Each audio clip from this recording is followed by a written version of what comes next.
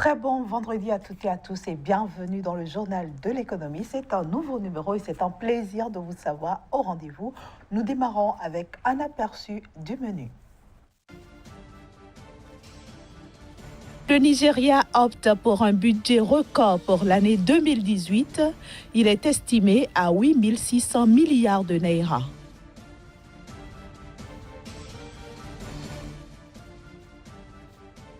La Banque mondiale va investir sur le lac Tanganyika.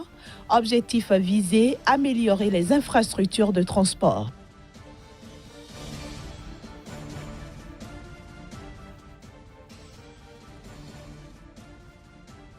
Enfin, nous irons au Togo où la production de tilapia bio se développe.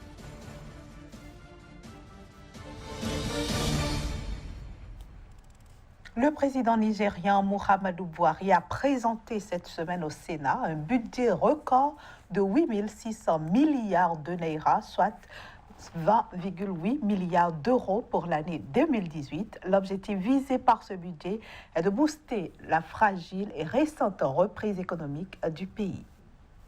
Face au Sénat nigérian, le président Muhammadu Buhari a dévoilé le budget 2018 de son gouvernement, destiné à booster l'économie du pays qui se relève d'une longue période de récession, essentiellement due à la chute du prix du brut du pétrole. Ce budget 2018 est estimé à 8 600 milliards de naira, un record.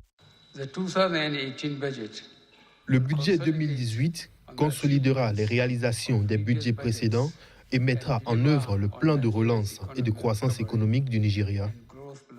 À en croire le président nigérian, 38% du budget 2018 seront alloués aux projets importants, tandis que les dépenses courantes devraient atteindre 3 490 milliards de naira. La priorité sera accordée à des secteurs critiques comme les infrastructures routières, la santé, le logement et la création d'emplois. De même, plus de 2 000 milliards de naira seront consacrés au service de la dette en prévoyant un taux de croissance de 3,5% avec une inflation en baisse à 12,5% contre 15% cette année.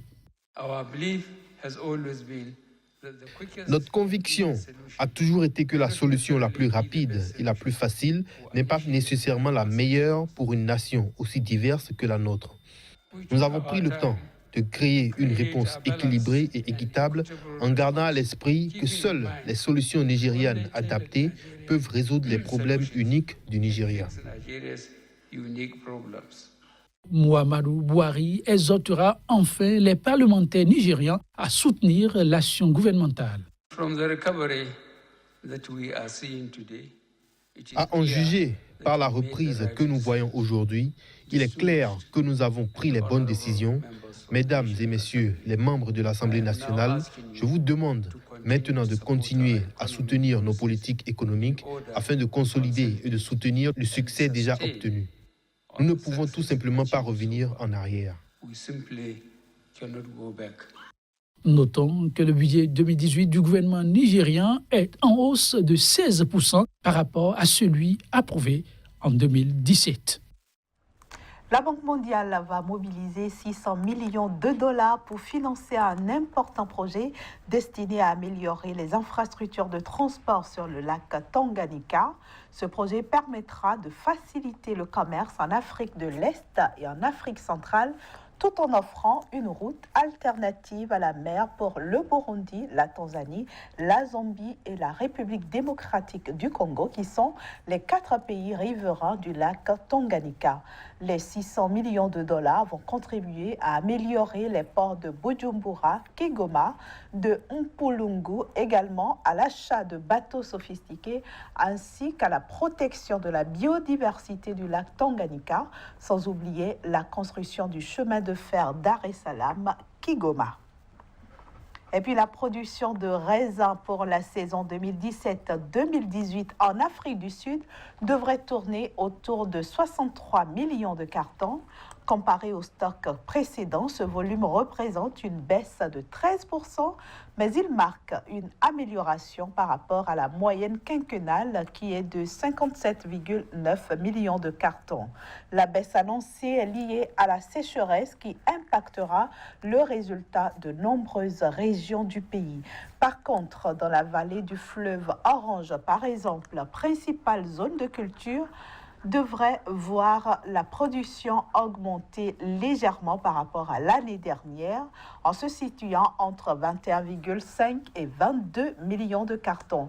Quant à la province nord du pays, elle verra sa récolte franchir la barre de 6 millions de cartons contre 5,5 millions de cartons en 2016-2017.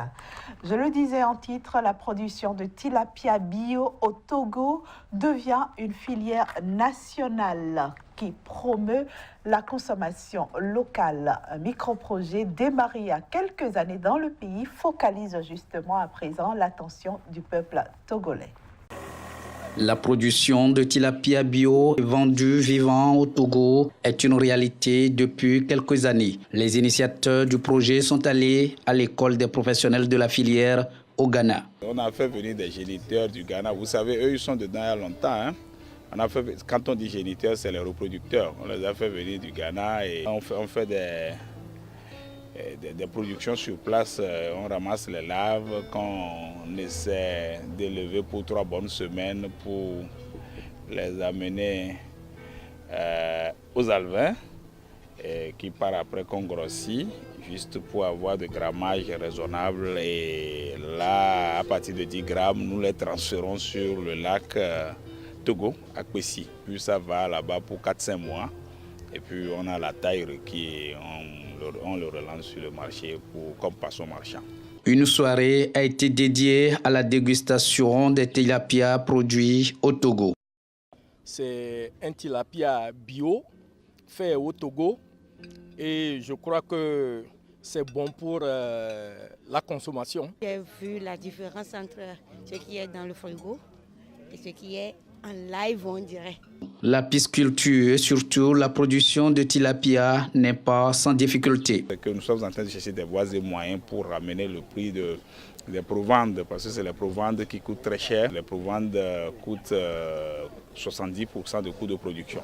Décembre, on serait autour de 550 et par finir, nous allons descendre considérablement et même voir si entre-temps, à l'horizon 2020, installer carrément l'usine de production de provence ici parce que nous avons la matière première. Le projet de la production des tilapia dont le rendement est d'1 tonne par jour à présent passera à 2 tonnes par jour d'ici l'année prochaine selon les initiateurs du projet. Et pour refermer cette édition, nous allons nous rendre en Sierra Leone pour nous intéresser au budget 2018 de ce pays.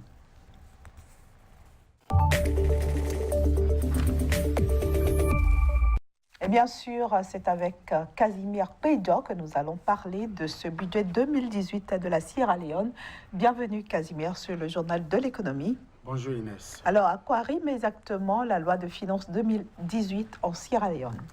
Le gouvernement a tablé donc sur l'inclusion sociale. D'ailleurs, le budget 2018 est dénommé budget citoyen et donc vise à renforcer le pouvoir d'achat, le pouvoir des entreprises, le pouvoir des PME et des PMI, au même moment que donc le budget voudrait donc corriger certaines disparités au niveau du fonctionnement de l'État, c'est-à-dire désormais le budget de l'État exercice 2018 se veut également une réforme au niveau des finances. Les ministères, les départements et les agences devront donc se conformer désormais aux exigences du ministère de l'économie et du développement en termes donc de réforme, en termes donc de stratégie d'exécution du budget de l'État au pays et donc on va assister beaucoup plus à la réduction donc des dépenses au niveau de l'État central, mais surtout au renforcement donc de la capacité des Sierra-Léonais, surtout après les différentes crises que le pays a connues, qui a affecté énormément les personnes mais aussi les entreprises au niveau donc du pays.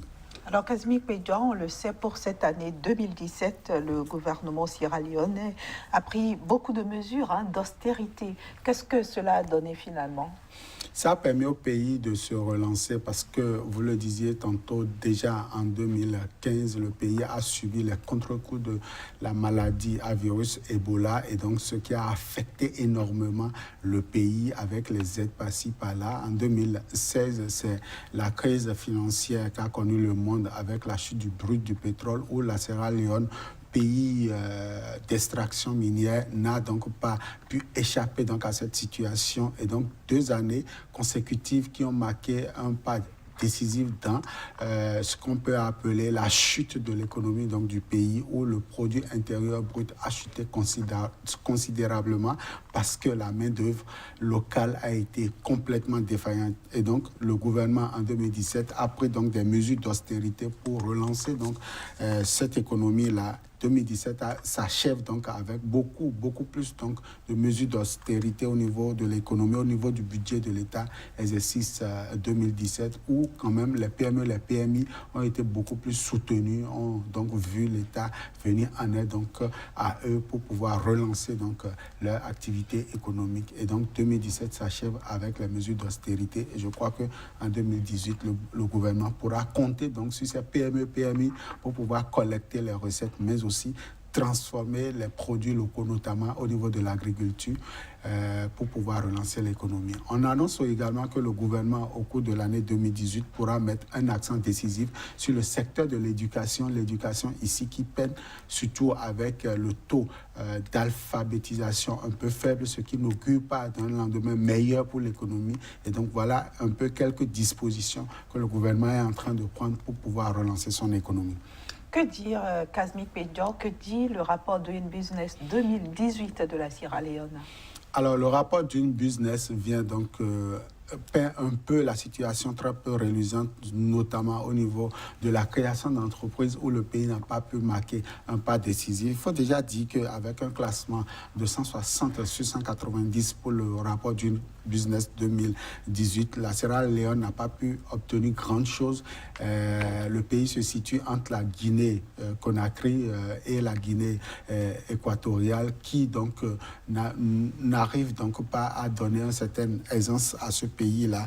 Il faut également dire que le rapport Doing Business ne donne pas forcément des perspectives meilleures en ce qui concerne donc le monde des affaires, en ce qui concerne les investissements.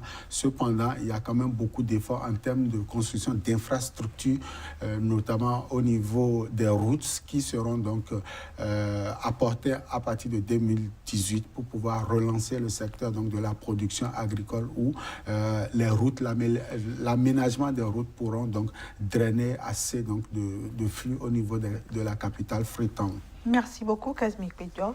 Nous sommes déjà à la fin de ce numéro du Journal de l'économie. Je vous remercie d'être venu éclairer notre lanterne sur le budget 2018 de la Sierra Leone. Prochain rendez-vous, ce sera lundi prochain. Bon week-end à vous. Bon week-end à vous aussi, chers amis téléspectateurs, mais restez sur SICA pour la suite de nos programmes.